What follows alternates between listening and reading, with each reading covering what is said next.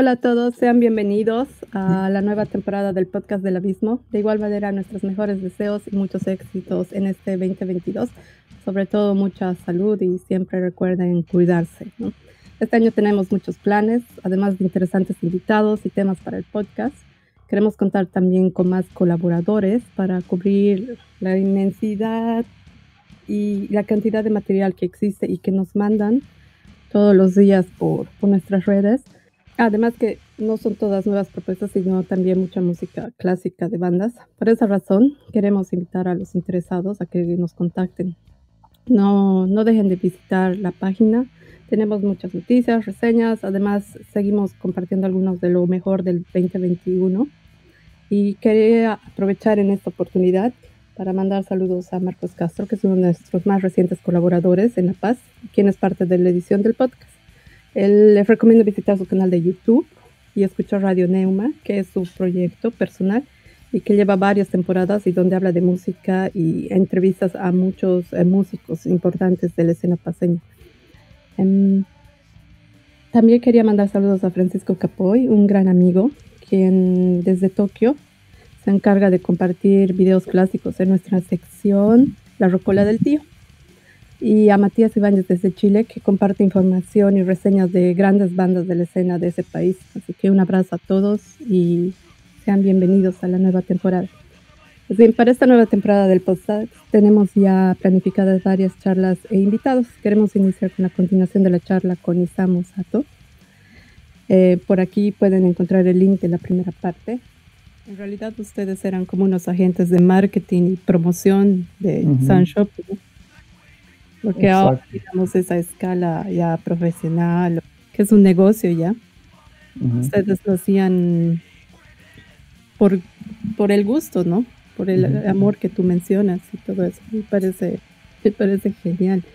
Y hace rato igual nos contabas que con ese amor que tenías, ¿no? Que tu interés, ese de seguir grabando y grabando, que pedías a tus papás en Navidad solo cassettes en blanco.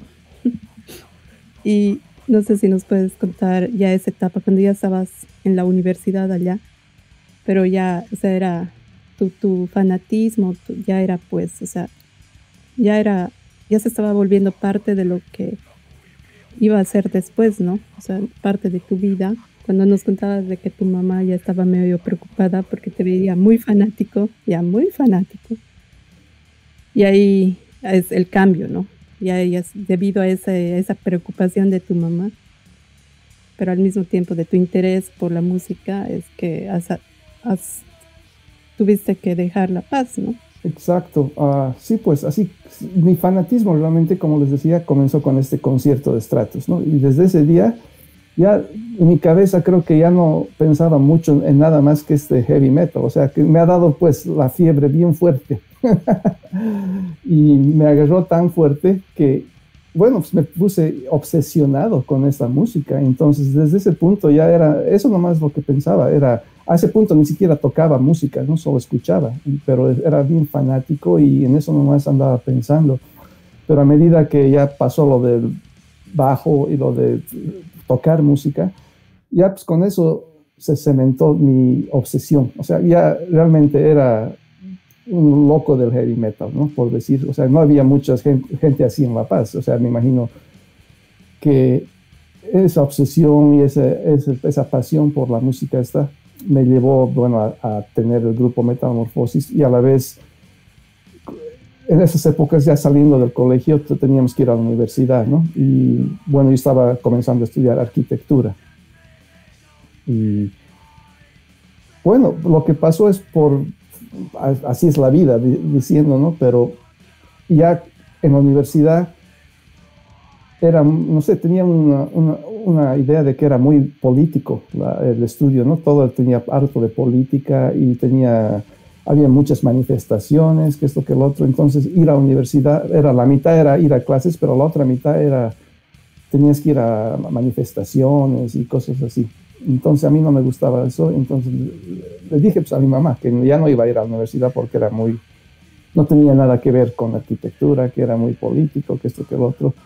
Y a medida que iba dejando interés en los estudios, Metamorfosis se hacía más grande. O sea que era pues más heavy metal que nada. Al final, el último año en La Paz, no hacía yo nada más que heavy metal. O sea, era cassettes, y intercambiar discos, grabar discos, tocar bajo, ir a ensayos. Y eso nomás era mi vida, era el heavy metal. Entonces, como les dice, ¿no? Mi mamá ya me vio, pues me dijo, se dio cuenta que algo estaba pasando, que yo estaba yendo a un camino X y ella seguramente pensaba que tenía que ir al camino Y al otro lado. También lo que pasaba es que ser rockero en los 80s creo que tenía algo negativo. ¿Te das cuenta? O sea, si eras rockero, si tenías medio pelo largo, si tenías tus poleras negras o lo que sea, la cultura, el país mismo es bien, ¿cómo decirte? Bien conservativo, ¿no? Y mucha gente te mira pues medio raro, o te miraba raro en los 80 cuando eras rockero, metalero. Y eso también creo que influenció a la percepción de mis padres, ¿no? Incluso los familiares, mis familiares hacían comentarios, ¿no? Acerca de mí, que es un rockero, que es un melenudo, que esto, que el otro, lo que sea. Entonces siempre eran comentarios negativos, lo que escuchaban mis padres, ¿no? Entonces, todo eso pues influenció a que ellos se preocupen de mí y digan qué está pasando con este chango, qué está haciendo, o no es que no está haciendo, lo que sea. Y de esa manera, pues es como al final mi mamá terminó hablando con su hermana en los Estados Unidos para que yo me vaya a los Estados Unidos a tratar de estudiar, ¿no? Y ese era el plan. Y yo pues, hasta el último día de estar en La Paz, yo no, es la historia, pero es realmente medio triste, pero así es. El día mismo que me fui a Estados Unidos, yo no me hice mi maleta. Yo en mi pensar, yo no iba a ir a los Estados Unidos. Yo estaba en mi vida tranquilo, feliz, con mis amigos y mi banda y lo que sea, ¿no? O sea, con un chico de 17, 18 años que estás feliz, no tienes ningún problema. Bueno, pues yo no pensaba venirme aquí. Yo realmente, cuando llegué, me acuerdo, fui a comer, no sé qué, hamburguesas con mis amigos. Y al llegar a mi casa, yo sabía que tenía que irme, pero no había hecho yo mi maleta, nada. Entonces, entré a mi casa y ahí estaba una maleta en la puerta. Y listo, al aeropuerto, ¿no? Y así fue. Me llevaron al aeropuerto con una maleta que ni siquiera yo la hice. Y me fui y realmente fue un sentimiento bastante triste porque yo en ese momento ya sabía que me tenía que ir, pero no quería irme, ¿no? Pero así pasó. Me llevaron al aeropuerto y listo, me entré al avión y en el avión mismo estaba pensando, ya, ¿qué pasó con mi vida? O sea, ese es el momento cuando me di cuenta que algo iba a pasar conmigo, que ya no era lo mismo, que ya mi vida ya no era, pues, como que mi vida se acababa ese rato, ¿no? En el avión dije, ¿qué pasa aquí?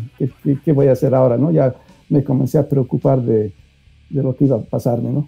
En el futuro. Pero así fue mi historia en La Paz.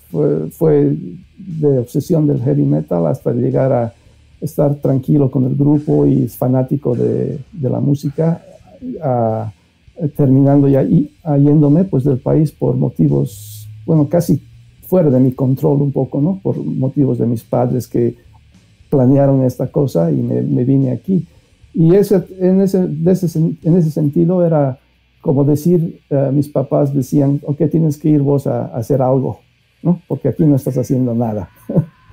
Entonces ese era el plan, pero como les contaba, el plan terminó pues, no funcionando porque llegué al área de la Bahía y es la cuna del heavy metal. Así que, bueno, todo cambió para mí, o sea, no estaba metido tanto en el heavy metal y no haciendo nada, ¿no? Estaba tratando de vivir mi vida, tratar de aprender inglés, ¿no? Ese tipo de cosas. Y, o sea, no tenía tiempo para pensar en el heavy metal, pero afortunadamente el heavy metal vivía allí. Entonces, aparte de vivir mi vida, pude ir a conciertos y todo eso, ¿no? Y así comenzó mi trayectoria en los Estados Unidos. Antes de que sigas, Isamu, pues, o sea, quiero ponerme en tu experiencia, en tus zapatos, digamos, porque Bueno, yo me vine ya mayor, pero ese sentimiento que dices de, yo tampoco hice mi maleta, pero igual sabía que me iba a venir, pero me parece muy familiar eso de que no te quieres ir, pero tampoco puedes hacer nada, digamos, o sea, sabes que te tienes que ir, ¿no? Y podría decirte que sí, siento lo que has quizás sentido en ese momento, pero me parece al mismo tan chistoso porque, como decíamos hace rato, era como, claro, o sea, tus papás no sabían a dónde te estaban mandando, tú tampoco sabías dónde estabas llegando, y quizás lo que pensabas ese momento en que estabas dejando atrás, en realidad no tenías idea de lo que se te venía después, ¿no? Lo que ibas a descubrir. Entonces, quizás ahí nos puedes ya contar. Me imagino también que al principio no ha sido tan fácil porque no conocías a nadie. Entonces, no tenías amigos, bueno, quizás solamente tus familiares. Sí, es como dices tú, era un sentimiento raro de saber que tienes que irte y no tienes control, ¿no? Obviamente en Bolivia cuando eres chango, bueno, como que eres parte de tus padres, ¿no? Que los padres siempre como decir, te controlan, porque no puedes, en los Estados Unidos, una cosa que debe ser igual en Alemania, pero en los países uno del joven puedes hacerte tu vida, ¿no? Puedes comenzar a ser cocinero o lo que sea y a ganarte la vida, pero en Bolivia no es lo mismo, ¿no? Cuando eres un chico de colegio, no hay manera de que te rebeles y te vayas de tu casa, por decir, ¿no? A vivir por tu cuenta. Eso es casi imposible en Bolivia. Entonces, por ese motivo, bueno, las cosas pasan y así son, pero lo que me pasó a mí fue, no sé cómo explicar, es como decir que mi futuro en la música estaba siendo puesto en un mejor lugar sin saberlo, ¿no? Porque eso es lo que realmente me pasó, haber llegado al área de la bahía, una vez que ya estaba establecido ahí, ya podía batírmelas, ya pues comencé a meterme mucho más en la música, a conocer gente, incluso hasta tocar música con ciertas personas que conoces en el colegio, lo que sea. Entonces, eso es lo que me pasó a mí. Llegué a este país y andaba también medio, como decir, muy negativo con mis papás, ¿no? O sea, que me habían mandado aquí. Yo no quería ni hablarles a mis papás, ¿no?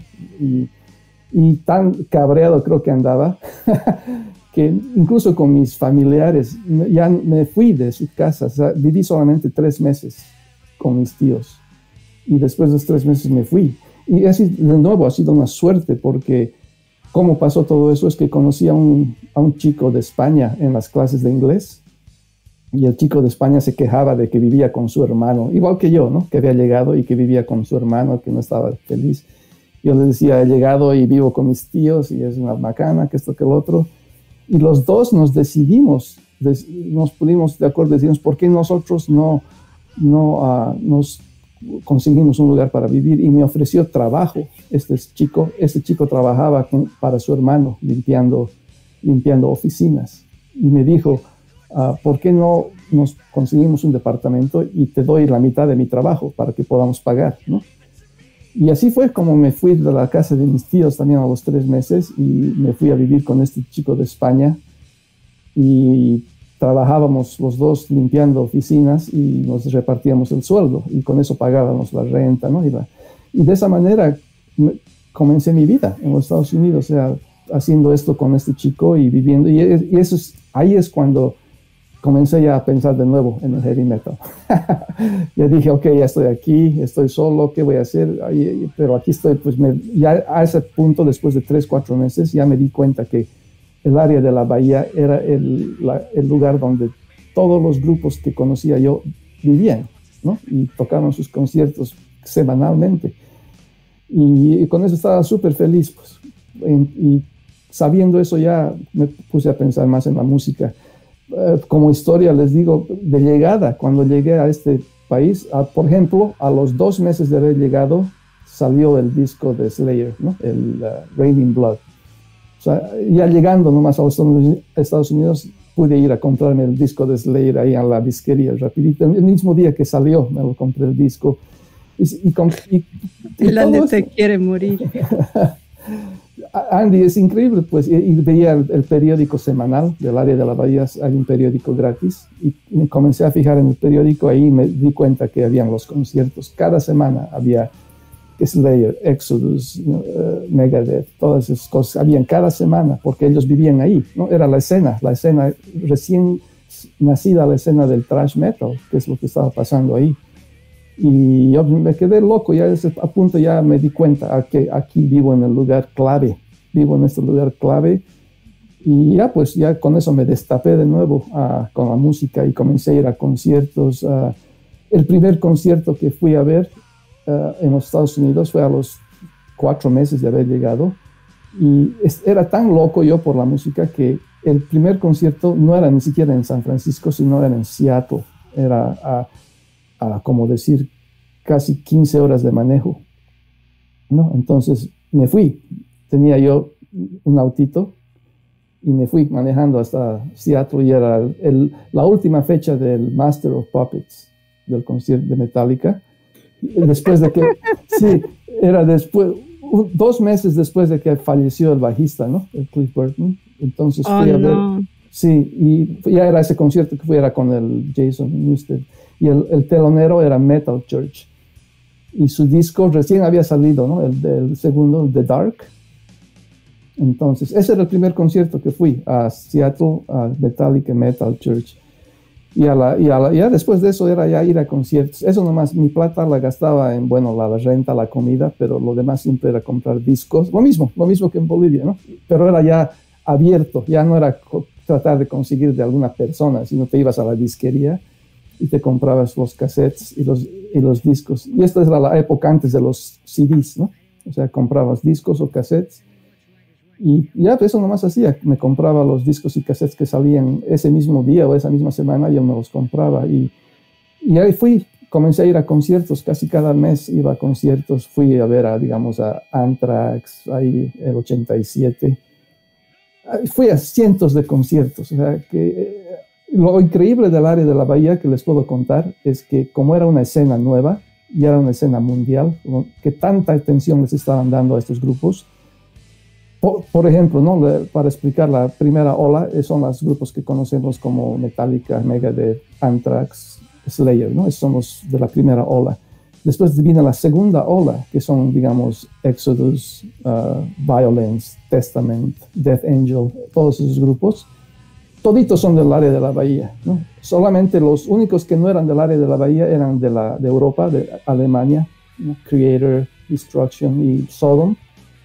Y uno que otro de Nueva York, que era Nuclear Assault, Carnivore y Anthrax, ¿no? Esos son los de Nueva York, pero los demás de aquella época eran del área de la Bahía, 90% de los grupos. Entonces había una escena gigante en el área de la Bahía, a tal punto de que cada concierto que ibas, la mitad de la gente en el público eran los otros grupos. O sea, eso era increíble, que ir a ver, digamos, ibas a ver a Testament, y en la gente eran toditos, eran los de Metallica, los de Death Angel, los de Exodus, toditos, o sea, la mitad del público eran los grupos. Y era así bien fuerte la escena, o sea, conocías a mucha gente, ¿no? Hablabas con cualquier persona, no había ninguna división entre los que tocaban y los que iban a ver, ¿no? Eran la misma gente. Y cada concierto que ibas era lo mismo. Tal grupo ibas a ver, los demás 10, 20 grupos estaban ahí en el público.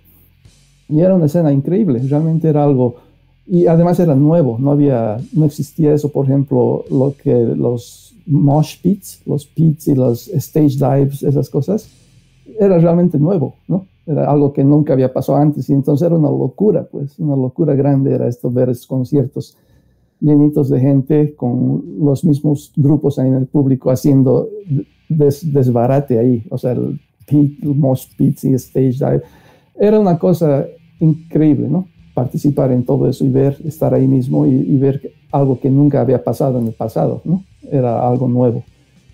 Y fue pues una época increíble para mí. A ver, como decir, me reconecté con mi vida de nuevo, ¿no? Después de irme de Bolivia, estar ahí medio bajoneado meses, volver de nuevo a ver el heavy metal, a estar al tanto de la música, conseguir la música Y ya me puse pues más fanático todavía, ¿no? Que en Bolivia, porque estaba ya ahí en un lugar con popularidad mundial, por decir, ¿no? Que ya estaba viendo a la gente que alababas en Bolivia, que los veías en los discos, bueno, ahora los estás viendo ahí en persona, ¿no? En los conciertos. Y me di cuenta también a ese punto que tocar música no era pues tan, como decir, en Bolivia siempre piensas, ¿qué son esta gente que toca? Deben ser pues, algo intocable, ¿no? Deben ser una cosa para ser ídolos. Pero me di cuenta en el área de la Bahía que cualquier persona podía tocar música. O sea, era conseguir gente y escribir la música y meterte a la escena y comenzar a tocar. Y por ese hecho ya eras parte de la escena y casi de seguro te ibas a dar contrato de discos, ¿no? Por ejemplo. Por eso todos los grupos de la escena de la Bahía eran grupos con contratos, tenían discos, hacían tours. Y me di cuenta, pues viendo a la gente, por ejemplo, a los chicos de Death Angel, viéndolos en vivo y viéndolos en el público, me daba cuenta que yo era igual nomás que ellos, de la misma edad. Eran changuitos, ¿no? De 14, 15, 16 años. Y estaban en un grupo y tocaban en los clubs abriendo teloneros para Exodus o lo que sea. Era una escena bien unida, ¿no? Todo el mundo estaba en los clubs, todo el mundo tocaba, todo el mundo se soportaba y todo eso. Entonces, ahí me dio de nuevo las ganas de tocar. Y así fue, pero... Y viví en el área de la Bahía hasta el año 1990. O sea que estuve más o menos 4 años y medio en el área de la Bahía. A esas épocas ya estaba declinando la escena. Ya habían tercera, cuarta ola de bandas. Y el thrash metal ya estaba en descenso. Y en los finales de los 80 estaba comenzando el death metal, ¿no?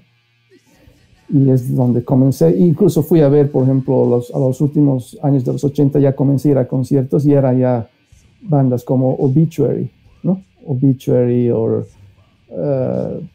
D-Side, esos grupos y ya que estaban saliendo de la escena de Florida, de Tampa, Florida. Y había Entombed de Suecia, y esos son los grupos que comenzaron a Pestilence, esos son los grupos que comenzaron a tocar en los finales de los 80, que estaba ya volviéndose medio death metal. Incluso Sepultura era un poquito más death metal mezclado con thrash metal, ¿no?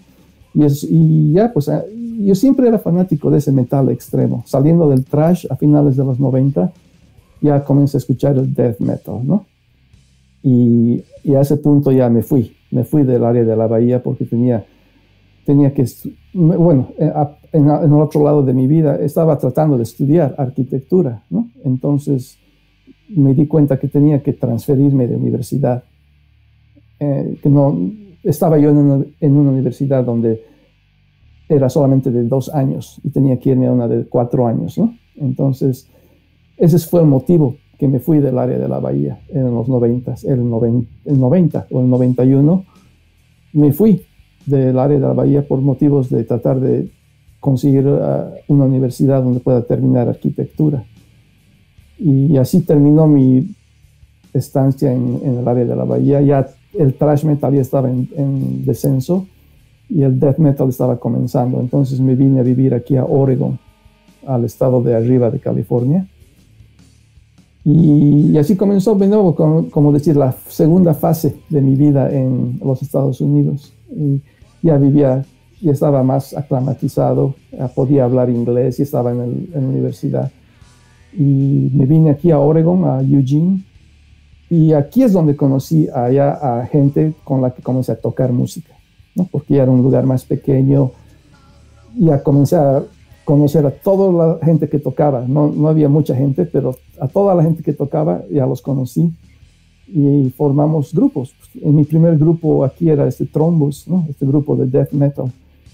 Y era influenciado por el death metal, era influenciado por Obituary, Cannibal Corpse, Incantation, ese tipo de grupos, ¿no? Y si escuchas este CD que tenemos, eso es lo que la gente dice, ¿no? Que se parece a Obituary o Incantation, y así comenzó mi carrera musical de nuevo en los Estados Unidos, viviendo en Oregon, en un grupo, con este grupo Thrombus, ¿no?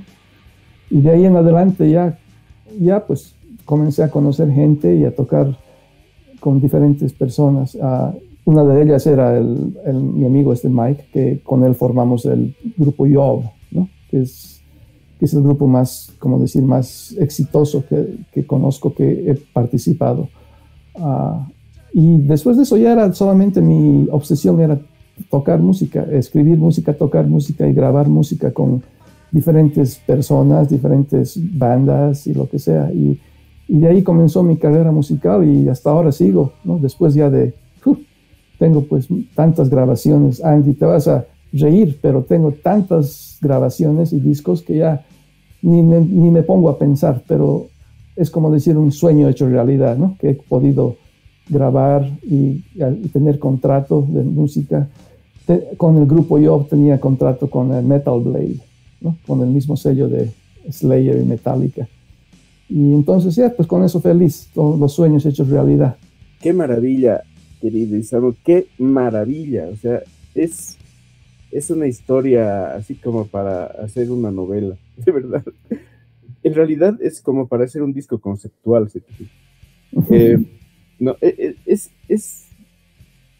increíble que después de tantos años, realmente después de un siglo, el siglo pasado es la última vez que hemos hablado, ¿no? Exacto. Han pasado vidas, ¿sí? Vidas enteras. No sé, me parece tan increíble así que esa persona con la que intercambiaba discos de una manera tan amateur, diré, podamos ahora hablar de que ha grabado en Metal Blade, ¿no? Uh-huh. Realmente qué linda tu historia, qué orgullo, ¿no sabes?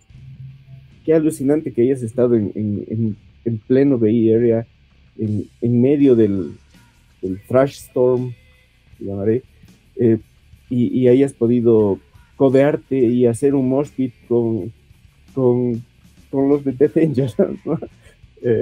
Es increíble. No puedo creerlo. Es una historia demasiado linda para ser verdad. Gracias. Por supuesto, es increíble, Andy, como te digo, ya hasta ahora me pongo a pensar y me quedo medio loco que eso me haya pasado a mí, ¿no? Pero sí, pues esa ha sido una suerte increíble, es como decir el destino del metal, ¿no? Que me ha llevado a un camino que era el mejor camino para mí, ¿no? Sin saberlo, porque como te decía, llegando aquí no tenía ninguna visión de nada, sino que estaba preocupado de la vida en general, pero poco a poco me puse en camino de nuevo y ahora, después de ya 25, 30 años haciendo esto, me considero que he tenido éxito, ¿no? Con la música, especialmente viendo los discos que hemos sacado, los sellos que hemos trabajado, grupos que he tocado que son, para mí, son pues, un orgullo tener ciertos grupos, ¿no? Donde puedo escuchar la música y decir, ala, ¿no? Yo he sido parte de este grupo, este disco he hecho yo, aquel disco, y son muchos discos que he sacado, entonces, de diferentes estilos de black metal, ¿no? De todo tipo. Entonces, hasta el grupo con mi hijo, este grupo de aquí atrás es con mi hijo, que toca guitarra, es capísimo en la guitarra. Y eso mismo me hace orgulloso de que lo haya influenciado a mi hijo para que sea metalero, ¿no? Que es medio difícil cuando eres un padre metalero, tus hijos seguramente no quieren hacer nada relacionado, pero con mi hijo sí hemos siempre sido amigos y hemos formado este grupo y es muy buen guitarrista, ¿no? O sea, que tiene ahorita sus proyectos de heavy metal y demás. Entonces ando tranquilo, feliz con mi carrera y mi vida en general, ¿no? Alucinante, realmente alucinante. Y una anécdota. Cuando te fuiste, tuve que ir a recuperar, creo, un disco o algo así a tu casa. Y ahí la conocí, creo, a tu mamá o a tu hermana. Me acuerdo que recuperé, no sé qué era, algo que todavía, como te fuiste abruptamente y básicamente no supimos casi de ti. Entonces, bueno, creo que sí, muchos de tus amigos sabían, ¿no? Y digamos, el Mauricio y todo lo demás, pero te fuiste bastante rápido, ¿no? Y me acuerdo haber ido con mucha pena a recuperar un cassette, no me acuerdo, alguna cosita así. Y y pensar que no, ya no iba a ir por ahí, ¿no? Iba todos los días, creo. Pero no, lo que no me imaginaba era que estabas en el VIH. Eso no me podía imaginar. Increíble.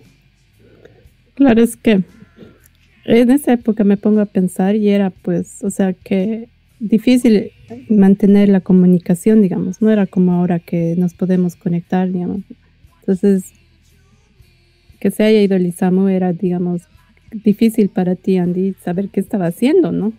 O si algo escribía, las cartas duraban meses y no, pues, o sea, trato de pensar lo difícil que era antes conectarse, mantener contacto con las personas y es pues, creo que alguna vez lo he vivido, ¿no? O incluso llamar por teléfono, era un gasto así, era un lujo, era un lujo. Entonces me imagino ya cuando Lizamo ya estaba metido en todo eso, ya llamó a sus papás y les dijo más bien gracias, ¿no? Gracias por mandarme aquí o algo así, supongo. Y no, es increíble, Samo, realmente es, o sea, aunque no parezca, son 30 años, más de 35 años que te has ido desde La Paz. Y no sé, pues siempre me he puesto a pensar cuando la gente te conoce o algo así y te dicen y les dices que has nacido en La Paz. O sea, debe ser lo más una anécdota para ti, ¿no?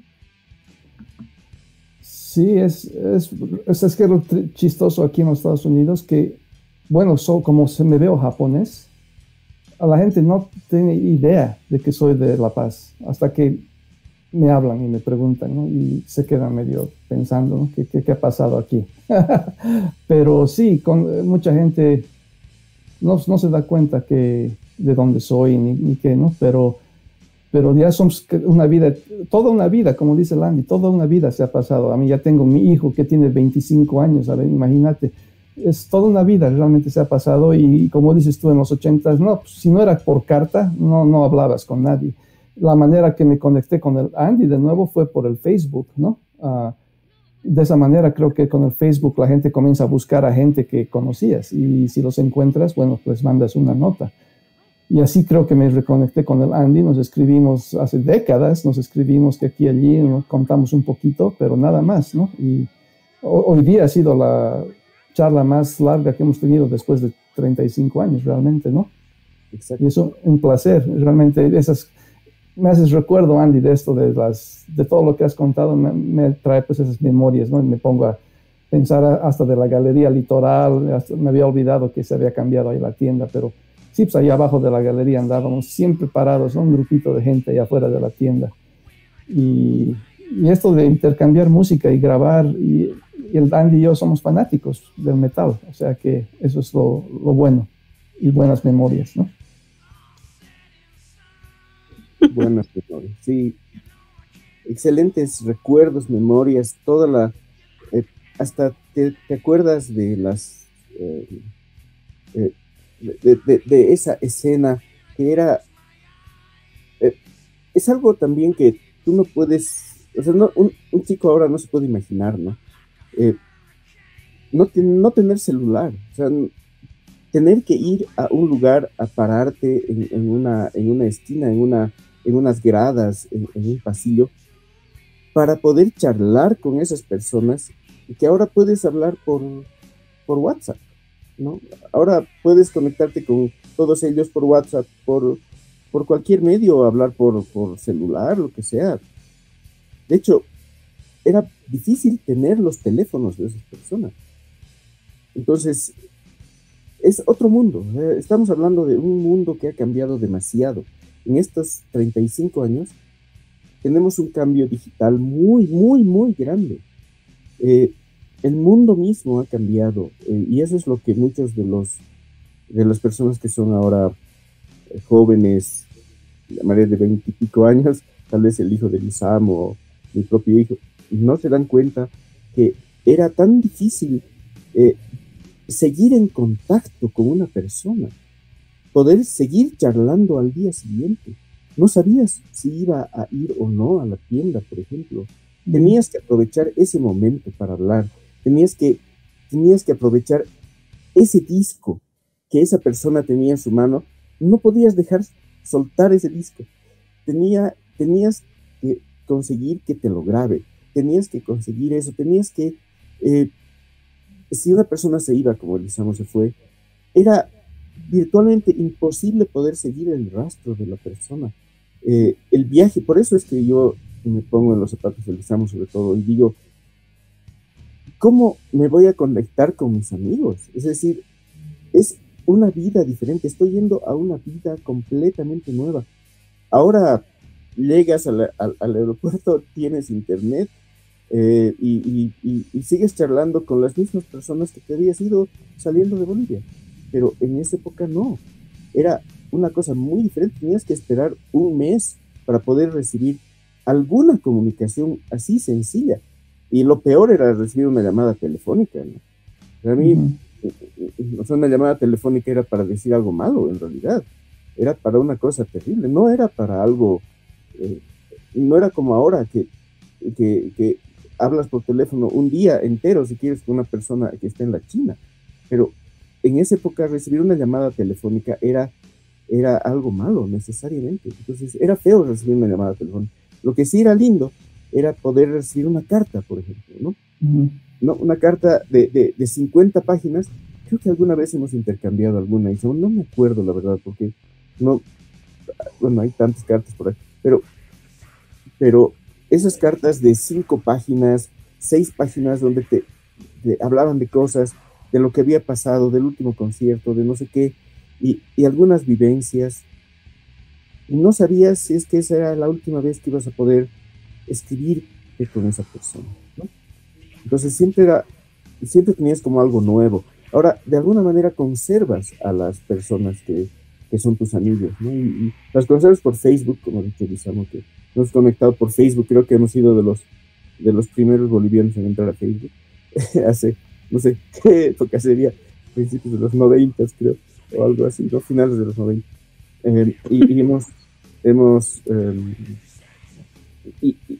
Y tratas de conectar nuevamente con personas que realmente habías perdido completamente el contacto.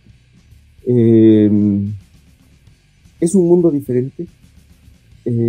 Es muy lindo poder tener el conocimiento de todo lo que ha pasado en esa época para poder entender lo que significaba la escena, ¿no? Y por eso es que se podía decir escena. De hecho, eso mismo ha sido lo que ha pasado con las escenas metaleras que han habido, ¿no? Lo que decía Leguizamo, las olas del thrash. No sé si clubs, eso es muy significativo para muchas personas de tu época, por ejemplo, pero para nosotros es bien marcado, ¿no? O sea, los primeros grupos de thrash, que eran influenciados por los últimos grupos del power, heavy metal, qué sé yo, se diferencian claramente. Por ejemplo, Metallica y Testament, ¿no? Que son para nosotros bien marcados, pero que creo que ahora un poco se ha perdido eso y se entiende como los finales de los 80s como toda una época, ¿sí? O sea, todo se entiende como una bola, cuando en realidad son varios pequeños pedazos. Y de hecho, desde el 86, con esa salida de ese increíble disco South of Raining Blood de Slayer, hasta el 90, han sido básicamente 3 épocas, ¿no? Y la última época era, como decía bien Leguizamo, el surgimiento del death metal de Florida. Históricamente creo que eso hay que recuperar. No solamente los contactos, sino también por qué podían haber estas épocas. ¿Por qué no todo el mundo se conectaba? ¿Por qué no todos conocían a ADX de Francia, por ejemplo? No sé si te acuerdas de ese disco. Samu, creo que contigo lo conseguimos, ¿no? Un disco francés, digamos, ¿no? De thrash metal, ¿no? Imposible que pueda volver. O DBE o DBC, esos grupos así súper desconocidos que realmente, ¿por qué no los conocían? ¿No ve? Alguien ahora podrá decir, ¿cómo es posible que no hayan conocido a DBC en todo el mundo? Era imposible conseguir el disco de DBC, era imposible conseguir una cosa que que surgió en un pueblo, en una región muy pequeña, y no se llegó a difundir. Y para eso servíamos, ¿no? Servíamos para pasar cassette de mano en mano, y regrabación, y la 10ª grabación, y la 11ª grabación, y eso hasta llegar a todos los que podían haber gustado de la música. Gracias por los recuerdos. Sí, demasiados, creo yo, ¿no? Lo que dice Sandy es quizás también cuando no estás muy conectado con la escena, o no sabes, o estás entrando, quizás ves pues como épocas, ¿no? Los 80s, los 90s, los 2000, y lo ves, como dices, como un bloque todo. Pero ya cuando vas escuchando más y conociendo más, y como dice el Isamu, te da esa fiebre altísima, ya te vuelves fanático, te das cuenta pues de que han habido escenas paralelas creciendo, no solamente en Estados Unidos, así en Sudamérica, en Europa. Cada país tiene su sonido distintivo, ¿no? O sea, después cuando ya empezó el death metal y todo eso, ya ves cómo los suecos han hecho su propia escuela, y los inicios del black, igual de cómo se remonta a las bandas que no eran en ese entonces black, y ahora lo que es, digamos, ya hay otras olas, y ya ha empezado a evolucionar, pues ya como decimos, como un pulpo, ¿no? Con varios tentáculos, que ahorita ni siquiera sabemos ya cuántos habrán, ¿no? De lo que nos estaremos perdiendo, porque escuchamos demasiada música y pues no hay tiempo para escuchar todo, ni suficientes vivas. Creo que tenemos que hacer otra charla con el Isamu para que nos cuente sus proyectos actuales, o sea, ya su tercera etapa. Tantas cosas que explicar acerca de mis bandas y demás. Realmente he tenido tantos proyectos y grabaciones y bandas que a veces uno dice que este ñato está loco, ¿no? ¿Qué está haciendo este ñato aparte de esto? Pero es mucho. Realmente a veces pienso, yo mismo pienso, ¿por qué estoy haciendo tanto? ¿Por qué tengo tantos grupos y que esto, que lo otro? Pero no lo pienso, sino que lo hago nomás porque tengo la habilidad, tengo el tiempo para hacerlo. Claro. Tengo grupos de larga distancia, como les contaba, con chicos de Cochabamba. Y estas son grabaciones que hacemos a distancia. Me mandan cosas, yo les mando de vuelta, nos mandamos de aquí a allí. Y una vez que se termina, los chicos de Cochabamba los sacan las producciones en sus propios sellos, o puede ser con otro sello, ¿no? Como tengo uno de un sello de Santa Cruz, que se llama Extreme Metal Production, no sé qué. O sea, son tantos proyectos que ando, y con los chicos de mi ciudad, los amigos que tengo, tenemos también diferentes grupos, y hago lo que más pueda, siempre y cuando pueda hacerlo, ¿no? Y siempre ando metido en esos proyectos, pero últimamente ya estoy comenzando a hacer más grabaciones sin tener el grupo mismo, sino que son colaboraciones con gente, ¿no? Que grabamos de aquí a allí. Pero tengo muchos, o sea, hay tanta música que escuchar que es una locura. Para nosotros era súper importante hablar sobre tus inicios y que te veas con el Andy, te veas entre comillas, ¿no? Sí. Para recordar eso que queremos rescatar de esa época, ¿no? Y ya en la siguiente nos podemos enfocar ya cuando te mudas a Eugene, y es donde empiezas, ¿no? ¿Qué es lo que hace? Okay. Y ya que nos cuentes toda tu trayectoria ya allá, ¿no? ¿Qué dices, Andy? Sí, por favor. Por favor, yo necesito saber lo que ha hecho el Isamu, toda esa complejidad de bandas, de varios estilos, ¿no? Porque yo me acuerdo haber escuchado HC Minds, y era diferente no era death metal exactamente, me acuerdo por lo menos. Uh-huh. Entonces, eran tantas, realmente creo que necesitamos como un mapa. Uh-huh. Un plano de ubicarnos qué es qué en tu discografía. Genealógico o algo así, ¿no? Algo así. No así sé. Cronológico, para ir estilográfico, no sé. Sí. Como estas cosas así, ¿no? Esto se conecta. Perfecto. Buenísimo. Me parece bien. Les voy a tratar de explicar la segunda parte, a ver pues si no se confunden. Hasta yo me confundo.